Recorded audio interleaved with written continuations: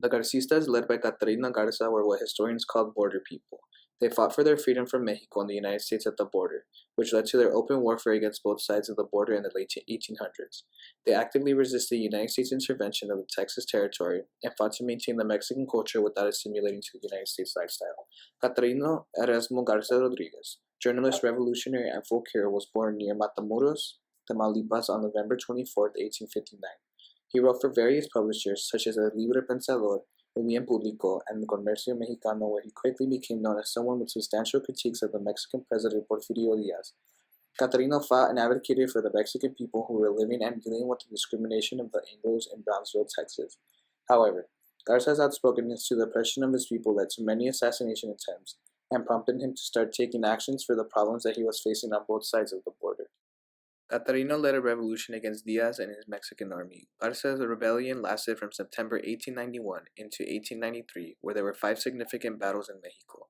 They declared that they were against Diaz because he betrayed the liberal principles of no re-election and individual freedoms, and began selling the country out to foreigners. Catarino wrote a pronunciamiento outlining what exactly would happen once his revolutionary army overthrew Diaz. The document was signed by 200 men to show their support of the overthrowing of Diaz. The pronunciamiento was written with 7 demands and 12 articles. Garza writes, "The people at all time have the right to revoke the power of their sovereign when the executive converts it into tyranny and uses it to his advantage." Garza then continues to call out General Diaz for using his power for his benefit, as well as assassinating and prostituting civilians and pitting them against himself to provoke fear. He continued on by writing out how he plans on reconstructing the Constitution of 1857 in Mexico. Starting with Article 1 of 12, Garza called Diaz a traitor to his country, then proceeds to denounce his secretaries of state and governors equally.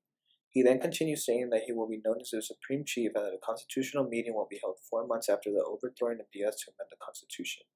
The pronunciamiento offers the option of allowing governors and other authorities to remain in their positions so long as they abide by the new structure and honorably support the Tuxtepec Plan, the Constitution 1857, national integrity, free suffrage, and no re-election. Garza wanted the region near the border to be left alone and in the hands of the people who were already there. He was very much against the modernization of the border.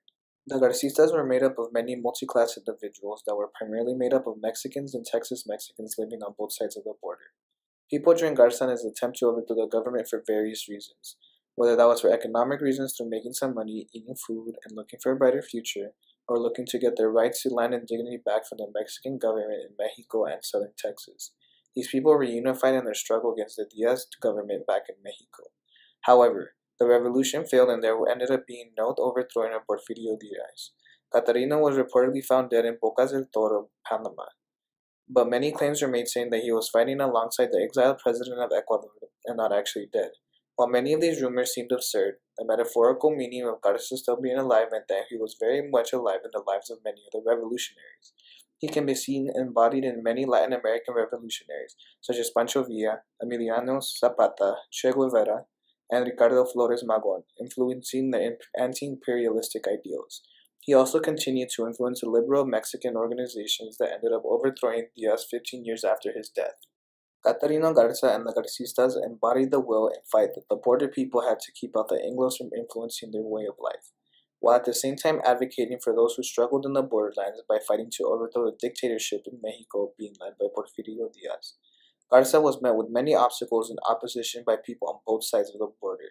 He fought with dignity and pride for the border people who neither wanted to assimilate but be ruled by a dictator of the likes of Diaz. As a revolutionary, Garza and the Garzistas never received the recognition that they deserved.